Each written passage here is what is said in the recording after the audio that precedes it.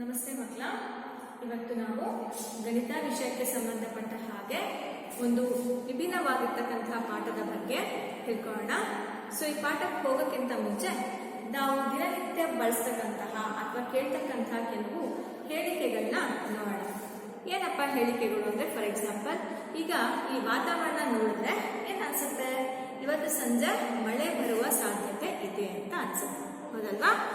ಈ ಸಂಜೆ ಮಳೆ ಬರುವ ಸಾಧ್ಯತೆಗಳು ಇದೆ ಅಂತ ಹೇಳ್ಬೋದು, ಹೌದಲ್ವಾ? ಹಾಗೇನೆ ಈಗ ಇನ್ನೂ ಒಂದೇನಪ್ಪ ಎಕ್ಸಾಂಪಲ್ ಅಂದ್ರೆ, ಈ ಒಂದು ವಾರ್ಷಿಕ ಪರೀಕ್ಷೆಯಲ್ಲಿ ಸವಿತಾಳು ಪಾಸ್ ಆಗುವ ಸಂದೇಹ ಇದೆ. ಪಾಸ್ ಆಗ್ತಾಳೋ ಇಲ್ವೋ? ಸೊ ಪಾಸ್ ಆಗ್ತಾಳೋ ಇಲ್ವೋ ಎಂಬ ಸಂದೇಹ, ಡೌಟ್ ಇದೆ. ಅವಳು ಓದ್ತಾ ಇರ್ತಕ್ಕಂಥ ರೀತಿ ನೋಡಿದ್ರೆ, ಸೊ ಅವಳು ಈ ವರ್ಷ SSLC ಎಕ್ಸಾಮ್ ಅಲ್ಲಿ ಪಾಸ್ ಆಗ್ತಾಳೋ ಇಲ್ವೋ ಅಂತ ಡೌಟ್ ಅಂದ್ರೆ ಸಂದೇಹ ಇದೆ, ಹೌದಲ್ವಾ? ಹಾಗೇನೆ ನೀರಿನ ಕುದಿಯುವ ಬಿಂದು 100 ಡಿಗ್ರಿ ಸೆಲ್ಸಿಯಸ್. ನೀರಿನ ಕುದಿಯುವ ಬಿಂದು ಎಷ್ಟಿರುತ್ತೆ? 100 ಡಿಗ್ರಿ ಸೆಲ್ಸಿಯಸ್ ಆಗಿರುತ್ತದೆ ಅಂತ ಹೇಳ್ತೀವಿ. ಇನ್ನೊಂದು ಹೇಳಿಕೆ ಏನಪ್ಪಾ ಅಂತಂದ್ರೆ, ಇವತ್ತು ಸಂಜೆ ನಡೀತಕ್ಕಂತಹ ಭಾರತ ಮತ್ತೆ ಶ್ರೀಲಂಕಾ ಕ್ರಿಕೆಟ್ ಪಂದ್ಯದಲ್ಲಿ ಆ ಭಾರತವು ಟಾಸ್ ಮಾಡ್ತಾರಲ್ವಾ, ಬ್ಯಾಟಿಂಗ್ ಫೀಲ್ಡಿಂಗ್ ಅಂತ ಆ ಟಾಸ್ ಮಾಡ್ತಕ್ಕಂತಹ ಸಾಧ್ಯತೆಗಳು 50-50 ಇದೆ. ಅಂದ್ರೆ ಸಾಧ್ಯತೆ ಏನು? 50% ಬರಬಹುದು, ಬರದೇ ಇರಬಹುದು. ಓಕೆನಾ? ಟಾಸ್ ಗೆಲ್ಲಬಹುದು, ಗೆಲ್ಲದೆ ಇರಬಹುದು. ಹಾಗೇನೆ ಡೀಸೆಲ್ನ ಬೆಲೆ ಇನ್ನಷ್ಟು ಏರಿಕೆ ಆಗ್ತಕ್ಕಂಥ ಎಲ್ಲ ಸಾಧ್ಯತೆ ಇದೆ. ಡೀಸೆಲ್ ಪೆಟ್ರೋಲ್ ಗೊತ್ತಲ್ವಾ? ಸೊ ಅವುಗಳ ಒಂದು ಬೆಲೆ ಏನಾಗ್ತಾ ಹೋಗುತ್ತೆ, ಏರಿಕೆ ಆಗ್ತಕ್ಕಂಥ ಎಲ್ಲ ಸಾಧ್ಯತೆಗಳು ಇದೆ ಅಂತ ಹೇಳ್ತಾರೆ. ಹಾಗೇನೆ ಯಾವುದೇ ಒಂದು ವಸ್ತುವನ್ನ ಮೇಲೆ ಎಸೆದಾಗ ಆ ವಸ್ತುವು ಕೆಳಗೆ ಬಿದ್ದೇ ಬೀಳುತ್ತೆ. ಅದು ಗುರುತ್ವಾಕರ್ಷಣ ಬಲದಿಂದ ಯಾವುದೇ ಒಂದು ವಸ್ತುವನ್ನ ಮೇಲಕ್ಕೆ ಎಸೆದಾಗ ಅದು ಮತ್ತೆ ವಾಪಸ್ ಹಿಂತಿರುಗಿ ಭೂಮಿಯ ಮೇಲೆ ಬಂದು ಬೀಳುತ್ತೆ, ಅದೆಲ್ಲ ಮಕ್ಕಳ.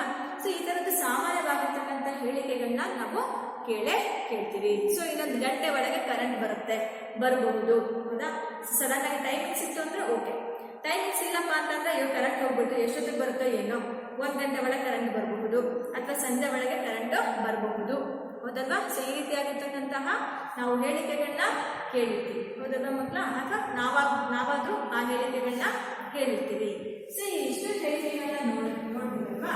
ಈ ಸಾಧ್ಯತೆ, ಸಂದೇಹಗಳು, 100 ಡಿಗ್ರಿ ಸೆಲ್ಸಿಯಸ್ ಇರೋದು, 50 ಸಾಧ್ಯತೆಗಳಿದೆ. ಹಾಗೆ ಮೇಲೆ ಎಸೆತಕ್ಕಂಥ ಎಲ್ಲ ವಸ್ತುಗಳು ಕೆಳಗೆ ಬಿದ್ದೇ ಬೀಳ್ತವೆ.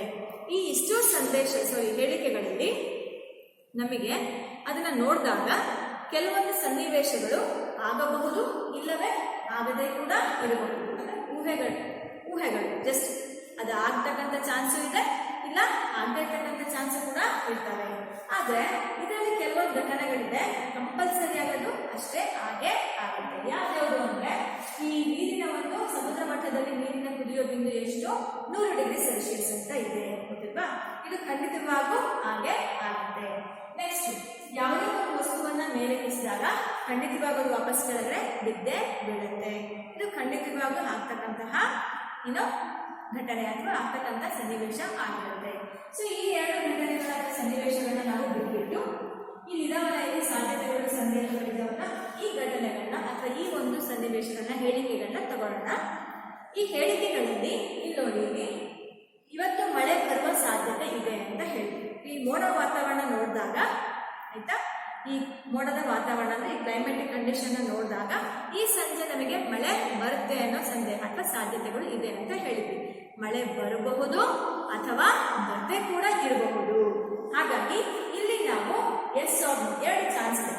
ರೈನ್ ಅಂದ್ರೆ ಮಳೆ ಬರಬಹುದು ಅಥವಾ ಬರದೇ ಇರಬಹುದು. ನೆಕ್ಸ್ಟ್, ಸಂದೇಹ. ಸೊ ಇಲ್ಲಿ ಆ ಹುಡುಗಿ ಓದ್ತಕ್ಕಂತಹ ರೀತಿಯನ್ನ ನೋಡಿದಾಗ ಅವ್ರಿಗೆ ಅಷ್ಟೇ ಕಾನ್ಸಂಟ್ರೇಟ್ ಮಾಡಿ ಓದ್ತಾ ಇಲ್ಲ, ಟೆಸ್ಟ್ ಅಲ್ಲೆಲ್ಲ ಕಡಿಮೆ ತೆಗಿತಾ ಇದ್ದಾಳೆ, ಆಯ್ತಾ? ಸೊ ಅವಳ ಒಂದು ಓದ್ತಾ ಇರ್ತಕ್ಕಂತಹ ರೀತಿಯನ್ನ ಗಮನದಲ್ಲಿ ಇಟ್ಟುಕೊಂಡು ಈ ವರ್ಷ ವಾರ್ಷಿಕ ಪರೀಕ್ಷೆಯಲ್ಲಿ ಆ ಹುಡುಗಿಯು ಪಾಸ್ ಆಗೋದು ಸಂದೇಹ ಇದೆ ಅಂತ ಅರ್ಥ. ಸಂದೇಹ ಅಂತಂದ್ರೆ ಡೌಟ್ ಇದೆ, ಪಾಸ್ ಆಗಬಹುದು ಅಥವಾ ಆಗದೆ ಕೂಡ ಇರಬಹುದು. ಫೇಲ್ ಆಗ್ತಕ್ಕಂಥ ಚಾನ್ಸ್ ಇದೆ, ಪಾಸ್ ಆಗ್ತಕ್ಕಂಥ ಚಾನ್ಸ್ ಇದೆ, ಗೊತ್ತಿಲ್ಲ, ಆ ರಿಸಲ್ಟ್ ನಮಗೆ ಗೊತ್ತಿಲ್ಲ. ನೆಕ್ಸ್ಟ್ ಬರ್ತಕ್ಕಂಥದ್ದು ಮ್ಯಾಚ್ ತಗೊಂಡ್ವಿ. ಕ್ರಿಕೆಟ್ ಮ್ಯಾಚ್ ಅಲ್ಲಿ ಭಾರತವು ಟಾಸ್ ಗೆಲ್ತಕ್ಕಂಥ ಚಾನ್ಸ್ ಇದೆಯಾ? ಆಯ್ತಾ. ಭಾರತ ಮತ್ತೆ ಶ್ರೀಲಂಕಾ ನಡುವೆ ಇರ್ತಕ್ಕಂತಹ ಪಂದ್ಯಾವಳಿಯಲ್ಲಿ ಭಾರತವು ಟಾಸ್ ಅನ್ನ ಗೆಲ್ಲಬಹುದು. ಗೆದ್ದೇ ಗೆಲ್ಲುತ್ತೆ ಅಂತಾನೂ ಹೇಳಕ್ಕಾಗಲ್ಲ, ಅಥವಾ ಗೆಲ್ಲಲ್ಲ ಅಂತಾನೂ ಹೇಳಕ್ಕಾಗಲ್ಲ. ಗೆಲ್ಲಬಹುದು ಅಥವಾ ಗೆಲ್ಲದೆ ಇರಬಹುದು. 50-50 ಚಾಯ್ಸ್ ಇರುತ್ತೆ. ಅರ್ಥ ಆಯ್ತಾ ಮಕ್ಕಳ? ಈ ರೀತಿಯಾಗಿರ್ತಕ್ಕಂಥ ಸನ್ನಿವೇಶಗಳನ್ನ ನೋಡಿದಾಗ ಇಲ್ಲಿ ನಾವು ಆ ಆಗ್ತಕ್ಕಂತಹ ಸನ್ನಿವೇಶಗಳು ಕರೆಕ್ಟ್ ಆಗಿ ಆ ರಿಸಲ್ಟ್ ಅನ್ನ ನಾವು ಎಕ್ಸ್ಪೆಕ್ಟ್ ಮಾಡಕ್ಕೆ ಆಗಲ್ಲ. ಅರ್ಥ ಆಯ್ತಾ?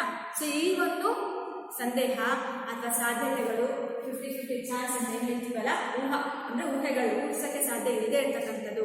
ಇಂಥ ಹೇಳಿಕೆಗಳು ನಾವು ಅನಿಶ್ಚಿತತೆ ಅಂತ ಕರಿತೀವಿ. ಅನಿಶ್ಚಿತತೆ ಅಂದ್ರೆ ಏನಪ್ಪ ತೋರಿಸ್ತವೋ, ಅನಿಶ್ಚಿತತೆ ತೋರಿಸ್ತಂತೆ ಅವುಗಳು ನಿಶ್ಚಿತವಾಗಿರ್ತಕ್ಕಂತಹ ರಿಸಲ್ಟ್ ಅನ್ನ ತೋರಿಸ್ತಾ ಇಲ್ಲ. ಇಲ್ಲಿ ನಮಗೆ ಖಡಾಖಂಡಿತವಾಗಿ ಇಂಥದ್ದೇ ರಿಸಲ್ಟ್ ಬರುತ್ತೆ ಅಂತ ಹೇಳಕ್ಕೆ ಸಾಧ್ಯ ಆಗ್ತಾ ಇಲ್ಲ.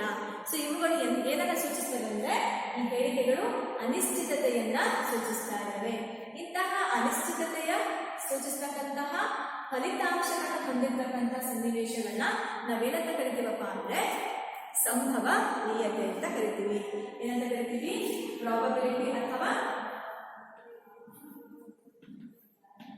ಪ್ರಾಬಬಿಲಿಟಿ ಅಂತ ಕರಿತೀವಿ, ಅಥವಾ ಸಂಭವನೀಯತೆ. ಅಂದ್ರೆ ಯಾವುದೇ ಒಂದು ಸನ್ನಿವೇಶಗಳನ್ನ ನಾವು ಊಹೆ ಮಾಡ್ತೀವಲ್ವಾ, ಆ ಸನ್ನಿವೇಶಗಳ ಫಲಿತಾಂಶಗಳನ್ನ ನಾವು ನಿಶ್ಚಿತವಾಗಿ ಹೇಳಕ್ಕೆ ಸಾಧ್ಯ ಇಲ್ವೋ ಅಂತಹ ಒಂದು ಹೇಳಿಕೆಗಳನ್ನ ಅಥವಾ ಸನ್ನಿವೇಶಗಳನ್ನ ಅಥವಾ ಫಲಿತಾಂಶವನ್ನ ನಾವೇನಂತ ಕರಿತೀವಿ ಮಕ್ಕಳ? ಸಂಭವನೀಯತೆ. May R may not. ಈ ಸಂಭವನೀಯತೆಯನ್ನು ನಾವು ಸೈನ್ಸ್ ಆಫ್ ಚಾನ್ಸಸ್ ಅಂತ ಕರಿತೀವಿ. ಈ ಸಂಭವನೀಯತೆಯನ್ನ ಸೈನ್ಸ್ ಆಫ್ ಚಾನ್ಸ್. ಚಾನ್ಸ್ ಅಂದ್ರೆ ಒಂದು ಪ್ರಯತ್ನ ಅಂತ. ಚಾನ್ಸ್ ಆಗಬಹುದು, ಆಗದೆ ಇರಬಹುದು, ಟ್ರಯಲ್ ಅಂತ ಅರ್ಥ. ಅರ್ಥ ಆಯ್ತಾ? ಸೈನ್ಸ್ ಆಫ್ ಚಾನ್ಸಸ್ ಅಂತ ಕರಿತೀವಿ. ಈ ಸಂಭವನೀಯತೆಯ ಒಂದು ಚಾನ್ಸ್ ಅಂದ್ರೆ ಆ ಒಂದು ಪ್ರಯತ್ನಗಳ ಒಂದು ವಿಜ್ಞಾನ, ಪ್ರಯತ್ನ ಪಡ್ತಕ್ಕಂತಹದ್ದು, ಆ ಪ್ರಯತ್ನದ ಆಗ್ತಕ್ಕಂತಹ ಫಲಿತಾಂಶಗಳನ್ನ ಒಳಗೊಂಡಿರ್ತಕ್ಕಂತಹ ವಿಜ್ಞಾನದ ಅಧ್ಯಯನದ ವಿಜ್ಞಾನ ಆಗಿದೆ. ಅರ್ಥ ಆಯ್ತಾ? ಸೈನ್ಸ್ ಆಫ್ ಚಾನ್ಸ್ ಅಂದ್ರೆ ಇಲ್ಲಿ ರಿಸಲ್ಟ್ಸ್ ಅದು ಖಂಡಿತವಾಗಿ ಆಗಬಹುದು ಅಥವಾ ಆಗದೆ ಇರಬಹುದು. ಅರ್ಥ ಆಯ್ತಾ? ಬಟ್ ಇಲ್ಲಿ ಘಟನೆ ನೋಡಿದ್ವಿ ನೋಡಿ, 100 ಡಿಗ್ರಿ ಸೆಂಟಿಗ್ರೇಡ್ ಮತ್ತೆ ಬಲ ಅನ್ನೋದು ಇವು ಖಂಡಿತವಾಗೂ ಆಗ್ತಕ್ಕಂಥದ್ದು. ಇದಕ್ಕೆ ನಾವು ಎಕ್ಸ್ಟ್ರಾ ಮತ್ತೆ ರಿಪೀಟೆಡ್ ಆಗಿ ಪ್ರಯತ್ನ ಮಾಡ್ತಕ್ಕಂತಹ ಅವಶ್ಯಕತೆ ಇಲ್ಲ, ಹೌದಲ್ವಾ? ಅವು ಖಂಡಿತವಾಗೂ ರಿಸಲ್ಟ್ ಅಷ್ಟೇ ಬರುತ್ತೆ. ಯಾವುದೇ ವಸ್ತು ಮೇಲೆ ಹಾಕಿದ ತಕ್ಷಣ ಕೆಳಗೆ ಬಂದೇ ಬರುತ್ತೆ, ಅದು ಎಲ್ಲರಿಗೂ ಕೂಡ ಗೊತ್ತು. ಅದೇ ಬೇರೆ ಒಂದು ಘಟನೆಗಳನ್ನ ತಗೊಂಡಾಗ ಪಾಸ್ ಆಗ್ತಕ್ಕಂಥದ್ದು, ಮಳೆ ಬರ್ತಕ್ಕಂಥದ್ದು, ಟಾಸ್ ಗೆಲ್ತಕ್ಕಂಥದ್ದು, ಅಥವಾ ಯಾವುದೇ ಒಂದು ಬೆಲೆ ಜಾಸ್ತಿ ಆಗ್ತಕ್ಕಂಥದ್ದು ಆಗ್ಬಹುದು, ಆಗದೆ ಇರಬಹುದು.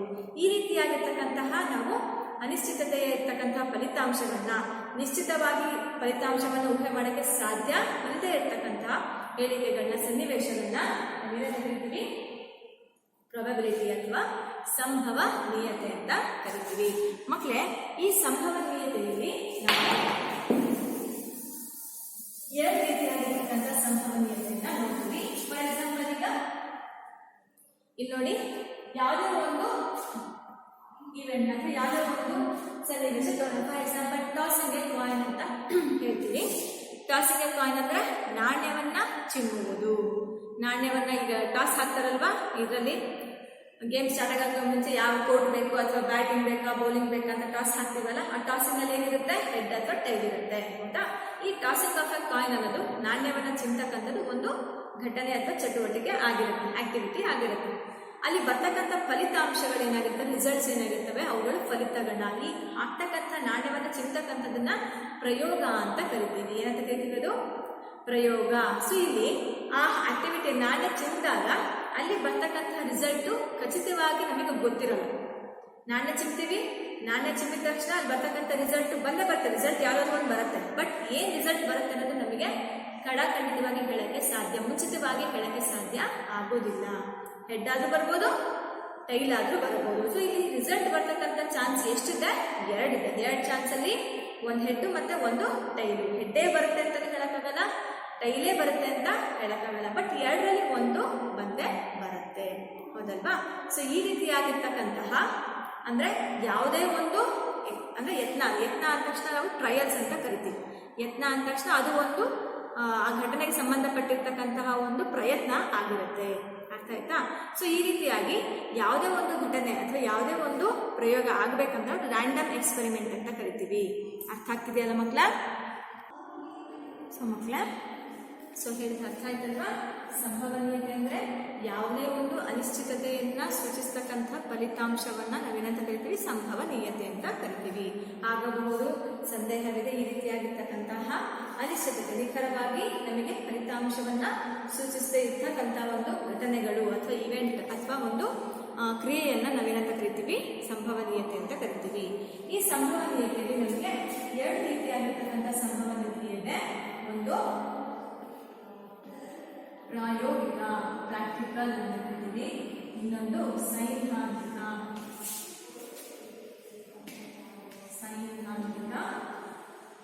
ಸಂಭವನೀಯತೆ ಅಂತ ಕರಿತೀವಿ. ಥಿಯರಿಟಿಕಲ್ ಮತ್ತೆ ಪ್ರಾಕ್ಟಿಕಲ್ ಅಂತ. ಪ್ರಾಕ್ಟಿಕಲ್ ಅಂತ ಪ್ರಾಯೋಗಿಕ ಅಂತ ಹೆಸರೇ ಹೇಳಿದಾಗೆ ನಾವು ಅಲ್ಲಿ ಯಾವುದಾದ್ರೂ ಒಂದು ಕ್ರಿಯೆಯನ್ನ ಮಾಡಿಬಿಟ್ಟು ಆ ಕ್ರಿಯೆಗೆ ಅನುಗುಣವಾಗಿ ಫಲಿತಾಂಶವನ್ನ ಪಡ್ಕೊಳ್ತಕ್ಕಂಥದ್ದನ್ನ ಪ್ರಾಯೋಗಿಕ ಸಂಭವನೀಯತೆ ಅಂತ ಹೇಳ್ತೀವಿ. ಅದೇ ಈ ಸೈದ್ಧಾಂತಿಕ ಸಂಭವನೀಯತೆ ಅಂದ್ರೆ ಅವುಗಳನ್ನ ನಿಖರ ಅಂದ್ರೆ ಅದನ್ನ ನಾವು ಯಾವ್ದು ಪ್ರಯೋಗ ಮಾಡೋದಿಲ್ಲ, ಆ ರಿಸಲ್ಟ್ಸ್ ನ ಹಾಗೇನೆ ನಾವೇನ್ ಮಾಡ್ತೀವಿ? ಊಹಿಸೋದಕ್ಕೆ ಪ್ರಯತ್ನವನ್ನ ಮಾಡ್ತೀವಿ. ಆ ಒಂದು ಫಲಿತಾಂಶಗಳನ್ನ ನಾವು ನಿಖರವಾಗಿ ಪ್ರಯೋಗದ ಮೂಲಕ ಪಡ್ಕೊಳ್ದೇನೆ ಅದು ಒಂದು ಫಲಿತಾಂಶವನ್ನ ನಾವೇನ್ ಮಾಡಕ್ಕೆ ಹೋಗ್ತಾ ಇದೀವಿ? ಊಹಿಸೋದಕ್ಕೆ ಹೋಗ್ತಾ ಇದೀವಿ. ಇಂತಹ ಒಂದು ಸಂಭವನೀಯತೆಯನ್ನ ಸೈದ್ಧಾಂತಿಕ ಸಂಭವನೀಯತೆ ಅಂತ ಹೇಳ್ತೀವಿ. ಈ ಪ್ರಾಯೋಗಿಕ ಸಂಭವನೀಯತೆಯಲ್ಲಿ ಫಾರ್ ಎಕ್ಸಾಂಪಲ್ ನಾವು ಯಾವುದೇ ಒಂದು ಘಟಕ ತಗೊಂಡು ಇಟ್ಕೊಂಡು 100 ಸರಿ ಕಾಯಿನ್ ಟಾಸ್ ಮಾಡೋದು ಅಂತ ಇಟ್ಕೊಂಡು 100 ಸರಿ ಕಾಯಿನ್ ಟಾಸ್ ಮಾಡಿದ್ರೆ ನಮಗೆ ಒಂದು 55 ಸರಿ ಅಥವಾ 60 ಸರಿ ಎದ್ ಬರ್ಬೋದು, ಅಥವಾ ಈಗ ಉಳಿದು 45 ಸರಿ ನಮಗೆ ಎದ್ ಬರ್ಬೋದು, ಟೈಲ್ ಬರ್ಬೋದು. ಈಗ ಇದ್ರ ಪ್ರಕಾರ ನಾವು ಪ್ರಾಯೋಗಿಕ ಸಂಭವನೀಯತೆಗೆ ಹೋಗ್ಬೇಕಂದ್ರೆ ನಾವು ಆ 100 ಬಾರಿ ಏನ್ ಮಾಡ್ಬೇಕಾಗತ್ತೆ? ಪ್ರಯೋಗವನ್ನ ಮಾಡ್ತಾ ಹೋಗಿ ಅದ್ರ ರಿಸಲ್ಟ್ ಏನ್ ಮಾಡ್ಬೇಕಾಗತ್ತೆ? ಬರ್ಕೋಬೇಕಾಗತ್ತೆ. ಅರ್ಥ ಆಗ್ತಿದೆ ಅಲ್ವಾ? ಸೊ ಈ ತರದ ಘಟನೆಗಳನ್ನ ಅಥವಾ ಈ ತರ ಒಂದು ಪ್ರಯೋಗಗಳನ್ನ ನಾವು ಈಸಿಯಾಗಿ ಮಾಡಬಹುದು. ಫಾರ್ ಎಕ್ಸಾಂಪಲ್ ಈಗ ಯಾವುದೇ ಒಂದು ರಾಕೆಟ್ ನ ಲಾಂಚ್ ಮಾಡೋದಾಗಿರ್ಬೋದು. ಅರ್ಥ ಆಗ್ತಿದ್ಯಾ? ಸೊ ರಾಕೆಟ್ ನ ಲಾಂಚ್ ಮಾಡ್ಬೇಕಾದ್ರೆ ಅದನ್ನೊಂದ್ಸರಿ ಟ್ರಯಲ್ ಮಾಡ್ಬಿಟ್ಟು ಮತ್ತೆ ಅದು ಫೇಲ್ಯೂರ್ ಆಯ್ತು ಅಂದ್ರೆ ಮತ್ತೆ ಇನ್ನೊಂದ್ಸರಿ ರಿಪೀಟೆಡ್ ಆಗಿ ನಾವು 4-5 ಸಾರಿ 10 ಸಾರಿ 20 ಸಾರಿ ಅದನ್ನ ಪುನರಾವರ್ತನೆ ಮಾಡೋದಕ್ಕೆ ಸಾಧ್ಯ ಇಲ್ಲ. ಯಾಕಂದ್ರೆ ಆ ಪ್ರೋಸೆಸ್ಸು ಲೇಟ್ ಆಗುತ್ತೆ, ಹಾಗೆ ಇದು ಮಾಡ್ತಕ್ಕಂಥ ವೆಚ್ಚವೂ ಕೂಡ ಹೆಚ್ಚಾಗುತ್ತೆ. ಅರ್ಥ ಆಗ್ತಿದೆ ಮಕ್ಕಳ? ಸೊ ನಾವು ಈ ಒಂದು ಭಾಗದಲ್ಲಿ ಇದರಲ್ಲಿ ನಾವು ಸೈದ್ಧಾಂತಿಕ ಪ್ರಯೋಗಕ್ಕೆ ಹೆಚ್ಚು ಒತ್ತನ್ನ ಕೊಡ್ತೀವಿ. ಸೊ ನಾವಿಲ್ಲಿ ಈ ಸಂಭವನೀಯತೆ ಒಂದು ಸೈದ್ಧಾಂತಿಕ ವಿಧಾನ ಅಥವಾ ಸೈದ್ಧಾಂತಿಕ ಪದ್ಧತಿ, ಇದರ ಬಗ್ಗೆ ನಾವು ಹೆಚ್ಚು ಈ ಒಂದು ಅಧ್ಯಾಯದಲ್ಲಿ ತಿಳ್ಕೊತೀವಿ. ಸೊ ಇಲ್ಲಿ ಈ ಸೈದ್ಧಾಂತಿಕ ಪದ್ಧತಿಯಲ್ಲಿ ಏನಾಗುತ್ತಪ್ಪ ಅಂತಂದ್ರೆ ನಾವು ಈ ಒಂದು ಕ್ರಿಯೆಗಳನ್ನ ಮಾಡದಲ್ಲೇ ಹೀಗೆ ಆಗಬಹುದು ಎಂಬ ಊಹೆಗಳ ಆಧಾರದ ಮೇಲೆ ನಾವು ಅವುಗಳನ್ನ ಪಟ್ಟಿ ಮಾಡ್ತಾ ಹೋಗ್ತೀವಿ. ಅರ್ಥ ಆಗ್ತಿದೆಯಲ್ಲ ಮಕ್ಕಳ? ಸೊ ಈಗ ಈ ಸಂಭವನೀಯತೆಯನ್ನ ನಾವು ಹೋಗೋಕ್ಕಿಂತ ಆ ಒಂದು ಸಂಬಂಧದಲ್ಲಿ ಹೆಚ್ಚು ಆಳವಾಗಿ ಹೋಗೋಕ್ಕಿಂತ ಮುಂಚೆ ಕೆಲವೊಂದು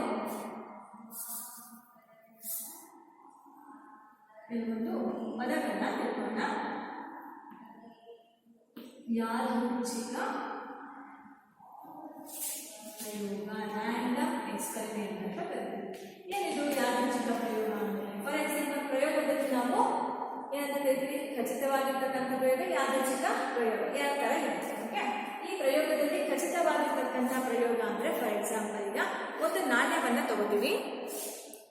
ಈ ಒಂದು ನಾಣ್ಯವನ್ನ ಈ ನಾಣ್ಯದ ಸುತ್ತಳತೆ ಏನು ಅಂತ ಹೇಳ್ತೀವಿ. ಈ ನಾಣ್ಯದ ಒಂದು ಸುತ್ತಳತೆ ಕಂಡುಹಿಡಿಯಕ್ಕೆ ಹೇಳ್ತೀವಿ. ಸೊ ನೀವೇನ್ ಮಾಡ್ತೀರಾ?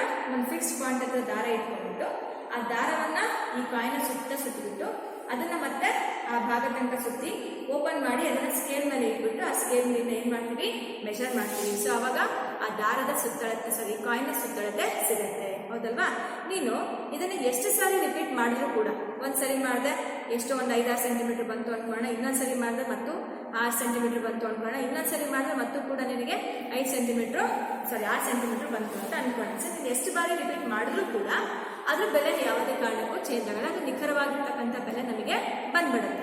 ಆಯ್ತಾ? ಸೊ ಅದನ್ನ ಖಚಿತ ಪ್ರಯೋಗಗಳು ಅಂತ ಆಲ್ರೆಡಿ ಹೇಳ್ಬಿಡ್ತೀವಿ. Result is already defined. ಆಯ್ತಾ? ಆದ್ರೆ ಈ ಯಾದೃಚ್ಛಿಕ ಪ್ರಯೋಗದಲ್ಲಿ ರ್ಯಾಂಡಮ್ ಎಕ್ಸ್ಪೆರಿಮೆಂಟ್ ಅಲ್ಲಿ ಫಾರ್ ಎಕ್ಸಾಂಪಲ್ ಇದೇ ಕಾಯಿನ್ ತಗೊಂಡು ಟಾಸ್ ಮಾಡಿದೆ ಅಂತ ಅನ್ಕೊಳ್ಳಿ. ಕಾಯಿನ್ ಟಾಸ್ ಮಾಡಿದ ತಕ್ಷಣ ನಮಗೆ ಏನ್ ಬಂತು? ಅಲ್ಲಿ ಏನ್ ಬಂತು ಅಂತ ನಾನು ನಿಮಗೆ ಕೇಳಿದ್ರೆ ಏನ್ ಹೇಳ್ತೀರಾ? ಏನ್ ಬಂದಿರ್ಬೋದು? ಹೆಡ್ ಅಂತ. ನೀವೇನ್ ಹೇಳಿದ್ರಿ? ಟೈಲ್ ಅಂತೀರಾ. ಸೊ ನನಗೆ ಬಂದಿರೋದ್ರಲ್ಲಿ ಟೈಲ್. ಬಟ್ ಅಲ್ಲಿ ಆಪ್ಷನ್ಸ್ ಎಷ್ಟಿದೆ? 2 ಆಪ್ಷನ್ ಇದೆ. ಸೊ ಇನ್ನೊಂದ್ಸರಿ ಟಾಸ್ ಮಾಡ್ತೀನಿ ಅಂತ ಅನ್ಕೊಳ್ಳಿ. ಆಯ್ತಾ? ಮತ್ತೆ ಇನ್ನೊಂದ್ಸರಿ ಟಾಸ್ ಮಾಡಿದಾಗ ಮತ್ತೆ ಬಂದಿರ್ತಕ್ಕಂತಹ ಫಲಿತಾಂಶ ಏನಾಗಿರ್ಬೋದು? ಟೈಲೇ ಆಗಿರ್ಬೋದು ಅಥವಾ ಹೆಡ್ ಆಗಿರ್ಬೋದು. ಸೊ ಇಲ್ಲಿ ನೀನು ಎಷ್ಟು ಸಾರಿ ರಿಪೀಟ್ ಮಾಡ್ತಾ ಹೋಗ್ತೀಯಲ್ಲ ಪ್ರಯೋಗಗಳನ್ನ, ಅಂದ್ರೆ ಈ ಒಂದು ಕ್ರಿಯೆಯನ್ನ ಆ ಮಾಡಿದಷ್ಟು ಕ್ರಿಯೆಗಳ ಒಂದು ಅಂದ್ರೆ ಪುನರಾವರ್ತನೆ ಆದಷ್ಟು ನಿಮಗೆ ಆ ರಿಸಲ್ಟ್ಗಳು ಕೂಡ ಏನಾಗ್ತಾ ಹೋಗುತ್ತೆ, ಬದಲಾವಣೆ ಆಗ್ತಾ ಹೋಗುತ್ತೆ. ನಮಗೆ ನಿಖರವಾಗಿರ್ತಕ್ಕಂಥ ರಿಸಲ್ಟ್ ಇಲ್ಲಿ ಸಿಗೋದಿಲ್ಲ. ಅದಕ್ಕೋಸ್ಕರ ನಾವು ಈ ತರ ಪ್ರಯೋಗಗಳನ್ನ, ಈ ತರ ಒಂದು ಘಟನೆಗಳನ್ನ, ಕ್ರಿಯೆಗಳನ್ನ ಯಾದೃಚ್ಛಿಕ ಪ್ರಯೋಗ ಅಂತೀವಿ. ಪ್ರಯೋಗ ಅಂದ್ರೆ ಒಂದು ಕ್ರಿಯೆ, just it is an activity ಆಯ್ತಾ, ಅಥವಾ ಒಂದು ಚಟುವಟಿಕೆ ಅಂತ ಹೇಳ್ಬೋದು. ಅರ್ಥ ಆಯ್ತಾ? ಈ ಯಾದೃಚ್ಛಿಕ ಪ್ರಯೋಗ ಅಂದ್ರೆ ಇದರಲ್ಲಿ ನಮಗೆ ಒಂದಕ್ಕಿಂತ ಜಾಸ್ತಿ ರಿಸಲ್ಟ್ ಬರುತ್ತೆ. ಯಾದೃಚ್ಛಿಕ ಪ್ರಯೋಗದಲ್ಲಿ ಒಂದಕ್ಕಿಂತ ಜಾಸ್ತಿ ಏನಿರ್ತವೆ ರಿಸಲ್ಟ್ಸ್, ಫಲಿತಾಂಶವು ಒಂದಕ್ಕಿಂತ ಜಾಸ್ತಿ ಇರುತ್ತೆ. ಹಾಗೆ ಇದರಲ್ಲಿ ನಾವು ರಿಸಲ್ಟ್ ಅನ್ನ ಮುಂಚಿತವಾಗಿ ಊಹೆ ಮಾಡೋದಕ್ಕೆ ಸಾಧ್ಯ ಇಲ್ಲ. ಸೊ ಊಹೆ ನಾವು ಮಾಡೋದಕ್ಕೆ ಸಾಧ್ಯ ಇಲ್ಲ ಅಂದ್ರೆ, ಫಾರ್ ಎಕ್ಸಾಂಪಲ್ ಕಾಯಿನ್ ಟಾಸ್ ಮಾಡಿದ ತಕ್ಷಣ ಅದು ಹೆಡ್ ಬರುತ್ತೋ ಅಥವಾ ಟೇಲ್ ಬರುತ್ತೆ ಅಂತ ನಾವು ನಿಖರವಾಗಿ ಊಹೆ ಮಾಡೋದಕ್ಕೆ ಸಾಧ್ಯ ಇಲ್ಲ. ಅದು ಬಂದಾದ್ಮೇಲೆ ನಮಗೆ ರಿಸಲ್ಟ್ ಗೊತ್ತಾಗುತ್ತೆ. ಸೊ ಹಾಗಾಗಿ ಇಂತಹ ಒಂದು ಪ್ರಯೋಗಗಳನ್ನ ನಾವೇನಂತ ಕರಿತೀವಿ, ಯಾದೃಚ್ಛಿಕ ಪ್ರಯೋಗಗಳು ಅಂತ ಕರಿತೀವಿ. Because we cannot expect the result, ಅಂದ್ರೆ ಈ ನಿಶ್ಚಿತವಾಗಿರ್ತಕ್ಕಂಥ ರಿಸಲ್ಟ್ ಅನ್ನ ನಾವು ನಿಖರವಾಗಿ ಹೇಳೋದಕ್ಕೆ ಸಾಧ್ಯ ಇಲ್ಲ. ಅಂದ್ರೆ ಒಂದಕ್ಕಿಂತ ಜಾಸ್ತಿ ರಿಸಲ್ಟ್ ಇರುತ್ತೆ, ಒಂದೇ ಫಲಿತಾಂಶ ಇದ್ರೆ ಅದು ನಿಖರವಾಗಿ ಹೇಳ್ಬೋದು. ಫಾರ್ ಎಕ್ಸಾಂಪಲ್ ಕಾಯಿನ್ ಸುತ್ತಾಗುತ್ತೆ, ನಾವು ಎಷ್ಟು ಹೇಳಿದ್ವಿ, ಒಂದ್ಸರಿ ಮಾಡಿದ್ರು ಕೂಡ 5 ಸೆಂಟಿಮೀಟರ್, ಇನ್ನೊಂದ್ಸರಿ ಮಾಡಿದ್ರು ಕೂಡ 5 ಸೆಂಟಿಮೀಟರ್ ಅಂತ ಬಂತು, ಮೂರನೇ ಸರಿ ಮಾಡಿದ್ರು 5 ಸೆಂಟಿಮೀಟರ್. ಸೊ ಅಲ್ಲಿ ರಿಸಲ್ಟ್ ಒಂದೇ ಬರುತ್ತೆ. ಕಾಯಿನ್ ಒಂದು ಸೈಜು ಜಾಸ್ತಿ ಆಗಲ್ಲ ಆಯ್ತಾ. ಹಾಗೇನೆ ನಾವು ಮಾಡ್ತಕ್ಕಂಥ ಪ್ರಯೋಗದಲ್ಲಿ ರಿಸಲ್ಟ್ ಕೂಡ ವೇರಿ ಆಗಲ್ಲ. ಸೊ ಒಂದೇ ಫಲಿತಾಂಶ ಇರುತ್ತೆ. ಆದ್ರೆ ಈ ಯಾದೃಚ್ಛಿಕ ಪ್ರಯೋಗದಲ್ಲಿ ಒಂದಕ್ಕಿಂತ ಜಾಸ್ತಿ ರಿಸಲ್ಟ್ಸ್ ಇರ್ತವೆ.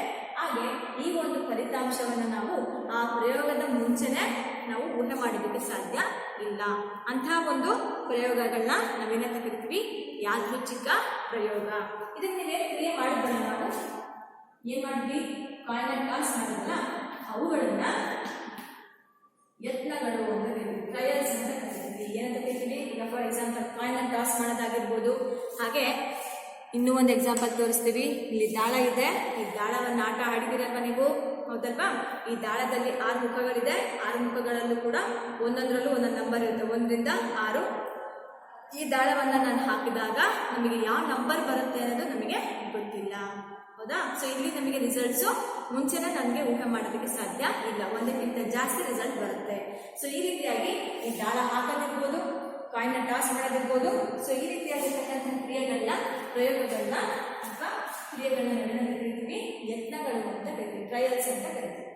ಸೊ ಇದರಲ್ಲಿ ಬರ್ತಕ್ಕಂತಹ ರಿಸಲ್ಟ್ ಏನಿದೆಯಲ್ಲ, ಅದು ಫಲಿತಾಂಶ ಏನಿದೆಯಲ್ಲ, ಅದನ್ನ ಫಲಿತ ಅಂತ ಕರಿತೀವಿ. ಫಾರ್ ಎಕ್ಸಾಂಪಲ್ ಈಗ ಕಾಯಿನ್ ಟಾಸ್ ಮಾಡಿದ್ರೆ, ಒಂದ್ಸರಿ ಕಾಯಿನ್ ಟಾಸ್ ಮಾಡಿದ್ರೆ ಕುಂದಿಲ್ಲದ ಕಾಯಿನ್ ಅಂತ ಹೇಳ್ತೀವಿ, ಕುಂದಿಲ್ಲದ ನಾಣ್ಯ ಅಂದ್ರೆ ಇಲ್ಲಿ ಅದಕ್ಕೆ ಯಾವುದೇ ತರದ ಒಂದು ಇದು ಇರಬಾರ್ದು, ಅಂದ್ರೆ ಅಲ್ಲಿ ಸ್ಕ್ರಾಚ್ ಆಗಿರೋದಾಗಿರ್ಬೋದು ಅಥವಾ ಯಾವುದೇ ತರ ಅದಕ್ಕೆ ಡ್ಯಾಮೇಜ್ ಆಗಿರಬಾರ್ದು. ಹಾಗೇನೆ ನಾವಿಲ್ಲಿ ಕಾಯಿನ್ ಟಾಸ್ ಮಾಡಿದಾಗ ನಾವು ಈ ಕಾಯಿನ್ ಅಡ್ಡವಾಗಿ ಮಲಗಿರ್ತಕ್ಕಂಥದ್ದು ತಿಳ್ಕೊಬೇಕು. ಈಗ ಉದ್ದ ನಿಂತ್ಕೊಳ್ಳೋದು, ಗೋಡೆ ನಿಂತ್ಕೊಳ್ಳುತ್ತಲ್ಲ, ಆ ಥರದ್ದು ನಾವು ಊಹೆ ಮಾಡೋಕ್ಕೆ ಸಾಧ್ಯ ಇಲ್ಲ.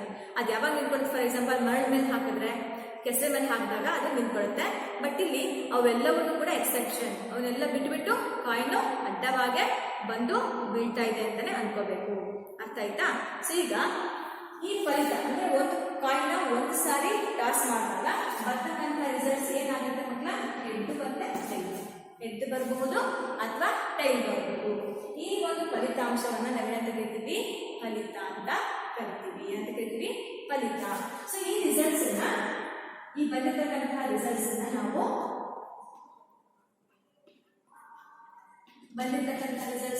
ಸ್ಯಾಂಪಲ್ ಸ್ಪೇಸಸ್ ಪುಷ್ಪಾವರಣದಲ್ಲಿ ನಾವು ಅದನ್ನು ಹಾಕುತ್ತೇವೆ. ಬಂದಿರತಕ್ಕಂಥ ಒಂದು ಕ್ರಿಯೆಯ ಅಥವಾ ಒಂದು ಪ್ರಯೋಗದ ಪ್ರತಿಯೊಂದು ಫಲಿತಾಂಶದ ಒಟ್ಟು ಸಂಗ್ರಹವನ್ನ ನಾವು ಈ ರೀತಿಯಾಗಿ ಬಂದಾಗ ಅದೇನಾಗುತ್ತೆ, ಸ್ಯಾಂಪಲ್ ಸ್ಪೇಸ್ ಅಥವಾ ಫಲಿತ ಗಣ ಅಂತ ಕರಿತೀವಿ.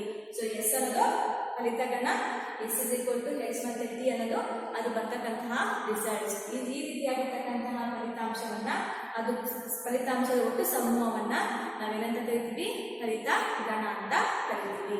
ಅರ್ಥ ಆಯ್ತಲ್ಲ ಮಕ್ಕಳ? ಸೊ ಯಾದೃಚ್ಛಿಕ ಪ್ರಯೋಗ, ಯತ್ನ, ಫಲಿತ ಮತ್ತೆ ಫಲಿತ ಗಣ.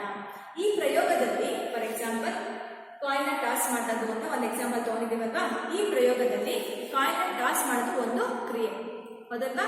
ಈ ಕ್ರಿಯೆಗೆ ಅನುಗುಣವಾಗಿ ಮೊದಲನೇ ಒಂದು ಅದರ ಕ್ರಿಯೆಗೆ ಅನುಗುಣವಾಗಿರ್ತಕ್ಕಂತಹ ಮೊದಲನೇ ಒಂದು ಘಟನೆಯನ್ನ ಅಥವಾ ಮೊದಲೇ ಒಂದು ಫಲಿತಾಂಶವನ್ನು ಒಂದೊಂದು ಫಲಿತಾಂಶವನ್ನ ನಾವು ಇವೆಂಟ್ ಅಂತ ಕರಿತೀವಿ ಅಥವಾ ಘಟನೆ ಅಂತೀವಿ. ಫಾರ್ ಎಕ್ಸಾಂಪಲ್, ಕಾಯಿನ್ ಟಾಸ್ ಮಾಡಿದ್ರೆ ಅಲ್ಲಿ ಹೆಡ್ ಬರುವುದು ಅಂತ ಇದೆ. ಹೆಡ್ ಬರುವುದು ಅಥವಾ ಶಿರ ಬರುವುದು ಅಂತೀವಿ. ಶಿರ ಬರುವುದು ಅನ್ನೋದು ಒಂದು ಇವೆಂಟ್, ಆಯ್ತಾ. ಹಾಗೆ ನೆಕ್ಸ್ಟ್ ಬರ್ತಕ್ಕಂಥದ್ದು ನೆಕ್ಸ್ಟ್ ಯಾವ್ದಿರ್ಬೋದು, ಅಥವಾ ಟೈಲ್ ಅಥವಾ ಪುಚ್ಚ ಬರುವುದು ಅಂತ ಇದೆ, ಅದು ಕೂಡ ಒಂದು ಘಟನೆ ಅಂತ ಆಗುತ್ತೆ. ಪ್ರತಿಯೊಂದು ಪ್ರಯೋಗದಲ್ಲಿ ಬರ್ತಕ್ಕಂಥ ಪ್ರತಿಯೊಂದು ಸನ್ನಿವೇಶವನ್ನು ಕೂಡ ನಾವೇನಂತ ಕರಿತೀವಿ, ಪ್ರತಿಯೊಂದು ಯತ್ನಗಳನ್ನು ಕೂಡ ನಾವೇನಂತ ಕರಿತೀವಿ, ಒಂದೊಂದು ಇವೆಂಟ್ ಅಥವಾ ಒಂದೊಂದು ಘಟನೆ ಅಂತ ಕರಿತೀವಿ. ಅರ್ಥ ಆಗ್ತಿದೆ ಅಲ್ವಾ ಮಕ್ಕಳ? ಸೊ ಇಲ್ಲಿ ಪ್ರತಿಯೊಂದು ಆಗ್ತಕ್ಕಂಥ ಘಟನೆಯ ಒಂದು ಸೈದ್ಧಾಂತಿಕ ಪದ್ಧತಿಯನ್ನು ನಾವು ಕಲಿತಾ ಇದ್ದೀವಿ. ಪ್ರಯೋಗದ ಒಂದೊಂದು ಫಲಿತಾಂಶವನ್ನ ನಾವೇನಂತ ಕರಿತಾ ಇದ್ದೀವಿ, ಫಲಿತವನ್ನ ಮಾತ್ರ. ಅಂದ್ರೆ ಇಲ್ಲಿ ಯಾವುದೇ ಒಂದು ಸನ್ನಿವೇಶ ಯತ್ನಗಳಲ್ಲಿ ಒಂದೊಂದು ಯತ್ನಗಳನ್ನು ಕೂಡ ನಾವು ಒಂದೊಂದು ಇವೆಂಟ್ ಅಂತ ಕರಿತೀವಿ, ಅಂದ್ರೆ ಘಟನೆ ಅಂತ ಕರಿತೀವಿ. ಈ ಇವೆಂಟ್ ಅನ್ನ ನಾವು ಕ್ಯಾಪಿಟಲ್ ಇ ನಿಂದ ಡಿನೋಟ್ ಮಾಡ್ತೀವಿ. ಇದು ಒಂದು ಘಟನೆ. ಈಗ ಯಾವುದೇ ಒಂದು ಪ್ರಯೋಗದಲ್ಲಿ ಅಥವಾ ಯಾವುದೇ ಒಂದು ಪ್ರಯೋಗದಲ್ಲಿ ನಮಗೆ ಬರೀ ಒಂದೇ ಒಂದು ಫಲಿತಾಂಶ ಅಂದ್ರೆ ಒಂದೇ ಒಂದು ಫಲಿತಾಂಶ ಹೊಂದಿರ್ತಕ್ಕಂಥದ್ದು, ಪ್ರಯೋಗದ ಒಂದು ಫಲಿತಾಂಶವನ್ನು ಹೊಂದಿದ್ರೆ ಅಂಥವನ್ನ ಖಚಿತ ಘಟನೆ ಅಂತ ಕರಿತೀವಿ ಅಂತ ಹೇಳ್ತೀವಿ, ಹೌದಲ್ವಾ? ಈಗ ಪ್ರಯೋಗದ ಒಂದು ಫಲಿತವನ್ನ ಮಾತ್ರ ಅಂದ್ರೆ ಪ್ರಯೋಗದಲ್ಲಿರ್ತಕ್ಕಂಥ ಒಂದು ಫಲಿತವನ್ನ ಮಾತ್ರ ಹೊಂದಿರುವ ಒಂದು ಘಟನೆಯನ್ನ ಪ್ರಾಥಮಿಕ ಘಟನೆ ಅಂತ ಕರಿತೀವಿ. ಪ್ರಾಥಮಿಕ ಘಟನೆ ಅಂದ್ರೆ ಒಂದು ಪ್ರಯೋಗ ನಡೀತಾ ಇದೆ, ಅದರಲ್ಲಿ ಒಂದೇ ಒಂದು ರಿಸಲ್ಟ್ ಇದೆ ಅಂದ್ರೆ ಅದನ್ನ ಪ್ರಾಥಮಿಕ ಘಟನೆ, ಪ್ರೈಮರಿ ಈವೆಂಟ್ ಅಂತ ಕರಿತೀವಿ. ಅರ್ಥ ಆಗ್ತಿದೆಯಲ್ಲ? ಸೊ ನಾವಿಲ್ಲಿ ಯಾದೃಚ್ಛಿಕ ಪ್ರಯೋಗ ಅಂದ್ರೆ ಕಲ್ತ್ವಿ, ಯತ್ನಗಳು, ಫಲಿತ ಮತ್ತೆ ಫಲಿತ ಗಣ, ಆಯ್ತಾ. ಈ ಯಾದೃಚ್ಛಿಕ ಪ್ರಯೋಗ ಅಂದ್ರೆ ಅದಕ್ಕೆ ರಿಸಲ್ಟ್ಸ್ ಒಂದಕ್ಕಿಂತ ಜಾಸ್ತಿ ಇರುತ್ತೆ, ಹಾಗೆ ಅವುಗಳ ಒಂದು ರಿಸಲ್ಟ್ಸ್ ಅನ್ನು ಮುಂಚಿತವಾಗಿ ಊಹೆ ಮಾಡೋದಕ್ಕೆ ಸಾಧ್ಯ ಇರುವುದಿಲ್ಲ. ಈ ರೀತಿಯಾಗಿರ್ತಕ್ಕಂಥ ಪ್ರಯೋಗಗಳನ್ನ ನಾವೇನಂತ ಕರಿತೀವಿ, ರ್ಯಾಂಡಮ್ ಎಕ್ಸ್ಪೆರಿಮೆಂಟ್. ಅರ್ಥ ಆಗ್ತಿದೆ ಅಲ್ವಾ ಮಕ್ಕಳ? ಸೊ ಈಗ ಈ ಒಂದು ಸಂಭವನೀಯತೆಯನ್ನ ನಾವು ಪಿ ಆಫ್ ಇ ಅಂತ ಕರಿತೀವಿ. ಸಂಭವನೀಯತೆಯನ್ನು ನಮಗೆ ಕರಿತೀವಿ ಮಕ್ಕಳ, probability of an event E ಅಂತ ಕರಿತೀವಿ. ಅರ್ಥ ಆಯ್ತಾ? ಸೊ ಈ ಪ್ರಾಬಬಿಲಿಟಿ ಆಫ್ ಅನ್ ಈವೆಂಟ್ ಅಂತ ಕರೆದಾಗ ಘಟನೆಯು ಸಂಭವಿಸಿದ ಯಾವುದೋ ಒಂದು ಈವೆಂಟ್ ಹೇಳಿರ್ತೀವಿ, ಘಟನೆಯು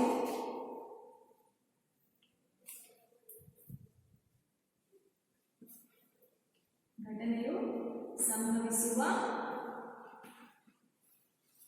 ಯತ್ನಗಳ ಸಂಖ್ಯೆ, ಘಟನೆಯು ಸಂಭವಿಸುವ ಯತ್ನಗಳ ಸಂಖ್ಯೆ ಡಿವೈಡೆಡ್ ಬೈ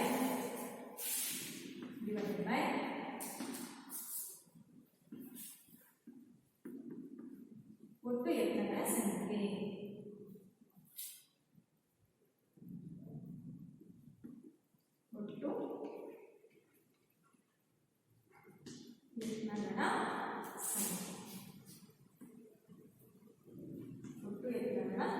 ಈ ರೀತಿಯಾಗಿ ಒಂದು ಸಂಭವನೀಯತೆಯನ್ನು ನಾವು ಅರ್ಥೈಸ್ಕೊತೀವಿ. ಏನಪ್ಪಾ ಅಂದ್ರೆ ಯಾವುದೇ ಒಂದು ಘಟನೆ ಅಥವಾ ಯಾವುದೇ ಒಂದು ಘಟನೆಯ ಸಂಭವನೀಯತೆಯು ಆ ಘಟನೆಯು ಸಂಭವಿಸುವ ಯತ್ನಗಳ ಸಂಖ್ಯೆ, ಅದು ಒಂದು ಇವೆಂಟ್ ಆಗ್ಬೇಕು, ಆಯ್ತಾ. ಆ ಇವೆಂಟ್ ಆಗೋಕ್ಕೆ ಎಷ್ಟು ಯತ್ನಗಳಿರ್ತಲ್ಲ ಆ ಯತ್ನಗಳ ಸಂಖ್ಯೆ ಡಿವೈಡೆಡ್ ಬೈ ಆ ಟೋಟಲ್ ಪ್ರಯೋಗ ಮಾಡ್ತೀವಲ್ಲ ಆ ಪ್ರಯೋಗದಲ್ಲಿರ್ತಕ್ಕಂತಹ ಒಟ್ಟು ರಿಸಲ್ಟ್ಸ್ ನ ಸಂಖ್ಯೆ. ಅರ್ಥ ಆಗ್ತಿದೆಯಲ್ಲ?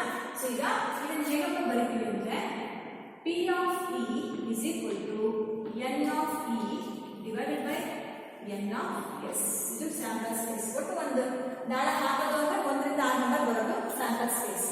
ಅದರಲ್ಲಿ ಬರೀ ಬೆಸ ಸಂಖ್ಯೆ ಬರೋದು ಅಥವಾ ಬರೀ ಸಮಸಂಖ್ಯೆ ಬರೋದು ಅಥವಾ ಬರೀ ಅವಿಭಾಜ್ಯ ಸಂಖ್ಯೆ ಬರೋದು ಅಥವಾ 4ಕ್ಕಿಂತ ಒಳಗಡೆ ಇರ್ತಕ್ಕಂಥ ಸಂಖ್ಯೆ ಬರೋದು, 4ಕ್ಕಿಂತ ಜಾಸ್ತಿ ಇರ್ತಕ್ಕಂಥ ಸಂಖ್ಯೆ ಬರುವುದು, ಇವುಗಳನ್ನ ನಾವೇನಂತ ಕರಿತೀವಿ, ಪ್ರಾಥಮಿಕ ಘಟನೆಗಳು ಅಥವಾ ಯತ್ನಗಳು, ಇವೆಂಟ್ಸ್ ಅಂತ ಕರಿತೀವಿ. ಅರ್ಥ ಆಗ್ತಿದೆಯಾ? ಇಲ್ಲಿ P of E is equal to N of E divided by N of S ಅಂತ ಆಗುತ್ತೆ. ಅರ್ಥ ಆಯ್ತಲ್ವ ಮಕ್ಕಳ? ಸೊ ಇಲ್ಲಿ ಫಾರ್ ಎಕ್ಸಾಂಪಲ್ ಈಗ ಕಾಯಿನ್ ಟಾಸ್ ಮಾಡೋದು ಅಂತ ಇದೆ. ಕಾಯಿನ್ ಟಾಸ್ ಮಾಡಿದಾಗ ನಮಗೆ ಬರ್ತಕ್ಕಂಥ ರಿಸಲ್ಟ್ಸ್ ಏನು, S is equal to H ಮತ್ತೆ ಇ, ಆಯ್ತಾ. ಎನ್ ಆಫ್ ಎಸ್ ಅನ್ನೋದು ಎಷ್ಟು, ಟೋಟಲ್ ನಂಬರ್ ಆಫ್ ರಿಸಲ್ಟ್ಸ್ ಎಷ್ಟು, 2. ಸೊ ನಮಗೆ ಬರೋದು ಯಾವ್ದಾದ್ರು ಒಂದು ಹೆಡ್ ಬರುವ ಸಂಭವನೀಯತೆ, ಹೆಡ್ ಬರುವ ಸಾಧ್ಯತೆ. ಸೊ 2 ರಿಸಲ್ಟ್ ಅಲ್ಲಿ ಹೆಡ್ ಬರ್ತಕ್ಕಂಥ ಸಾಧ್ಯತೆ ಎಷ್ಟು ಬರುತ್ತೆ, 1 ಬರುತ್ತೆ. ಸೊ ಎಷ್ಟು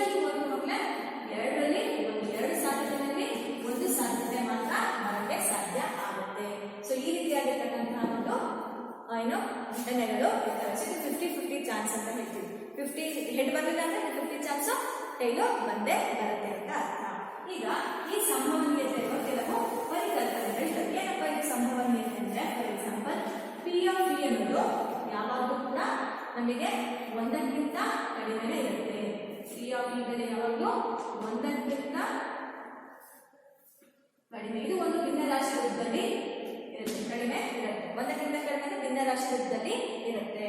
ಈ ಪಿ ಆಫ್ ಇ ಅನ್ನೋದು 0ಗಿಂತ ಜಾಸ್ತಿ ಅಥವಾ 0ಗೆ ಸಮ, ಹಾಗೆ 1ಕ್ಕಿಂತ ಕಡಿಮೆ ಅಥವಾ 1ಕ್ಕೆ ಸಮ ಆಗಿರುತ್ತೆ. ಯಾವಾಗಲೂ ಕೂಡ ಮತ್ತೆ ನೆನಪಿಟ್ಕೊಳ್ಳಿ, ಈ ಪ್ರಾಬಬಿಲಿಟಿ ಅಥವಾ ಈ ಸಂಭವನೀಯತೆ ಅನ್ನೋದು 0ಗಿಂತ ಜಾಸ್ತಿ ಇರುತ್ತೆ ಅಥವಾ 0ಗೆ ಸಮ ಆಗಿರುತ್ತೆ, ಇಲ್ಲ ಅಂದ್ರೆ 1ಕ್ಕಿಂತ ಕಡಿಮೆ ಇರುತ್ತೆ, ಇಲ್ಲ 1ಕ್ಕೆ ಸಮ ಆಗಿರುತ್ತೆ.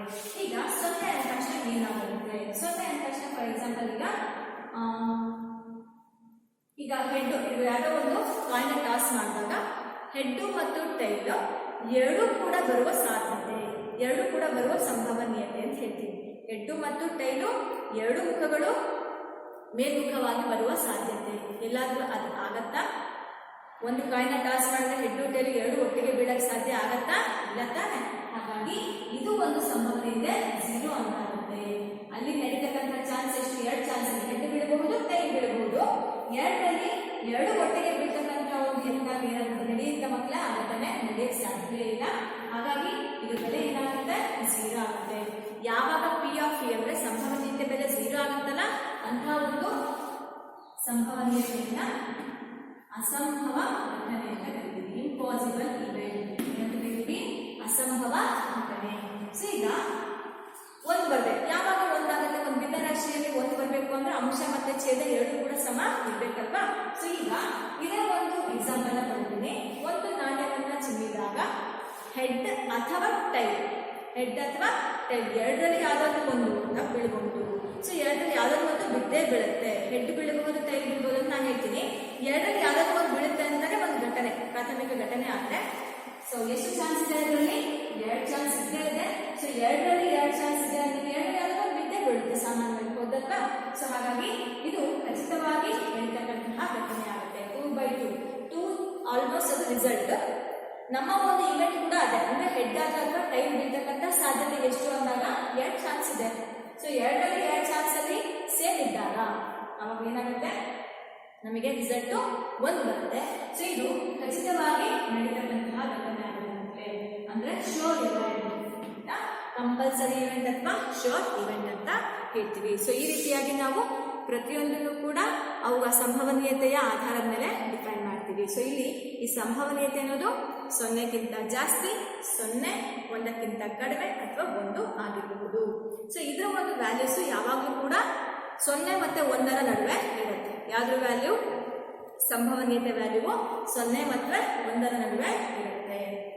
ಅರ್ಥ ಆಗ್ತಿದ್ಯಾ? ಆದ್ರೆ ಇಲ್ಲಿ ಒಂದು ನೆನಪಿಟ್ಕೋಬೇಕು, ಯಾವಾಗಲೂ ಕೂಡ ಇದು ಈ ಒಂದು ಛೇದ ಇರುತ್ತಲ್ಲ, ಛೇದವು ಅಂಶಕ್ಕಿಂತ ಚಿಕ್ಕದಾಗಿ ಇರಕ್ಕೆ ಸಾಧ್ಯ ಇಲ್ಲ. ಅಂದ್ರೆ 3 ರಿಸಲ್ಟ್ ಅಲ್ಲಿ ನಮಗೆ 4 ರಿಸಲ್ಟ್ ಬರೋ ಚಾನ್ಸ್ ಇದೆಯಾ? ಇರದೇ ಅಲ್ಲಿ 3 ರಿಸಲ್ಟ್, ಅದರಲ್ಲಿ 4 ರಿಸಲ್ಟ್ ಬರ್ತಕ್ಕಂಥ ಚಾನ್ಸ್ ನಮಗೆ ಯಾವುದೇ ಕಾರಣಕ್ಕೂ ಸಾಧ್ಯ ಆಗೋದಿಲ್ಲ. ಅದಕ್ಕೋಸ್ಕರ ಯಾವಾಗಲೂ ಕೂಡ ಇದು ವಿಷಮ ಭಿನ್ನರಾಶಿ ಅಂದ್ರೆ ಅಂಶ ಯಾವಾಗಲೂ ಕೂಡ ಛೇದಕ್ಕಿಂತ ಚಿಕ್ಕದಾಗೆ ಇರುತ್ತೆ. 1/2 ಆಗ್ಬೋದು, 3/4 ಆಗ್ಬೋದು, 5/6 ಆಗ್ಬೋದು, 7/8 ಆಗ್ಬೋದು. ಅರ್ಥ ಆಯ್ತಾ? ಸೊ ಈ ರೀತಿಯಾಗಿರ್ತಕ್ಕಂತಹ ಭಿನ್ನರಾಶಿಗಳು ಇರ್ತವೆ. 0 ಮತ್ತೆ 1ರ ನಡುವೆ ಇದರ ವ್ಯಾಲ್ಯೂಸ್ ಬಂದಿರ್ತವೆ ಮಕ್ಕಳೇ. ಸೊ ಈ ರೀತಿಯಾಗಿ ನಾವು ಈ ಒಂದು ಸಂಭವನೀಯತೆಯನ್ನ ಅರ್ಥ ಮಾಡ್ಕೋಬಹುದು. ಅರ್ಥ ಆಯ್ತಲ್ವಾ? ಸೊ ಇಲ್ಲಿ ಸಂಭವನೀಯತೆ ಅನ್ನೋದು ಯಾವುದೇ ಒಂದು ಅನಿಶ್ಚಿತತೆಯನ್ನು ಹೊಂದಿರತಕ್ಕಂತಹ ಸೂಚಿಸ್ತಕ್ಕಂತಹ ಒಂದು ಫಲಿತಾಂಶವನ್ನ ನಾವೇನಂತ ಕರಿತೀವಿ? ಸಂಭವನೀಯತೆ. ಈ ಸಂಭವನೀಯತೆಯನ್ನು ನಾವು ಘಟನೆಯು ಸಂಭವಿಸಿದ ಯತ್ನಗಳ ಸಂಖ್ಯೆ ಡಿವೈಡೆಡ್ ಬೈ ಒಟ್ಟು ಯತ್ನಗಳ ಸಂಖ್ಯೆ, ಈ ರೀತಿಯಾಗಿ ಅದನ್ನ ಬರಿತೀವಿ. ಸೊ ಇದರಲ್ಲಿ ಯತ್ನ ಅಂತಂದ್ರೆ ಒಂದು ಕ್ರಿಯೆ ಆಗಿರುತ್ತೆ. ಹಾಗೆ ಸ್ಯಾಂಪಲ್ ಸ್ಪೇಸ್ ಅಂದ್ರೆ ಆ ಒಂದು ಟೋಟಲ್ ಫಲಿತಾಂಶಗಳ ಒಟ್ಟು ಗಣ ಆಗಿರುತ್ತೆ. ಹಾಗೆ ಈ ಇವೆಂಟ್ ಅನ್ನೋದು ಒಂದು ಘಟನೆ, ಅಂದ್ರೆ ಅದರ ಒಂದು ಪ್ರಾಥಮಿಕ ಘಟನೆ ಆಗಿರುತ್ತೆ. ಪ್ರಯೋಗದ ಒಂದೊಂದು ಘಟನೆಗಳಿಗೂ ಕೂಡ ಒಂದೊಂದು ಇವೆಂಟ್ ಅಂತ ಕರಿತೀವಿ. ಅದನ್ನ ಇ ಅಂತಾನೂ ಬರೀಬಹುದು, ಹಾಗೆ ಕ್ಯಾಪಿಟಲ್ ಅಕ್ಷರ ABCD ಕೂಡ ನಾವು ಸೂಚಿಸ್ತೀವಿ. ಸೊ ಈ ರೀತಿಯಾಗಿ ಪ್ರತಿಯೊಂದನ್ನು ನಾವು ತಿಳ್ಕೊಳ್ಳೋಕೆ ಸಾಧ್ಯ ಆಗುತ್ತೆ. ಅರ್ಥ ಆಯ್ತಾ ಮಕ್ಕಳ? ಸೊ ಇಲ್ಲಿ ತನಕ ನಾವು ಈ ಘಟನೆಗಳ ಬಗ್ಗೆ ಪ್ರಾಬಬಿಲಿಟಿಯ ಒಂದು ಇಂಟ್ರೊಡಕ್ಷನ್ ಅಂದ್ರೆ ಅದರ ಒಂದು ಪೀಠಿಕೆಯನ್ನ ಅಥವಾ ಒಂದು ಏನು ಅದರ ಸಂಬಂಧಪಟ್ಟಿರ್ತಕ್ಕಂಥ ಅಂಶಗಳನ್ನ ತಿಳ್ಕೊಂಡ್ವಿ. ಈ ಮುಂದಿನ ತರಗತಿಯಲ್ಲಿ ಇದಕ್ಕೆ ಸಂಬಂಧಪಟ್ಟಿರ್ತಕ್ಕಂತಹ ಲೆಕ್ಕಗಳನ್ನ ಮಾಡೋಣ. ಅರ್ಥ ಆಯ್ತಲ್ವಾ ಮಕ್ಕಳ? ಧನ್ಯವಾದಗಳು.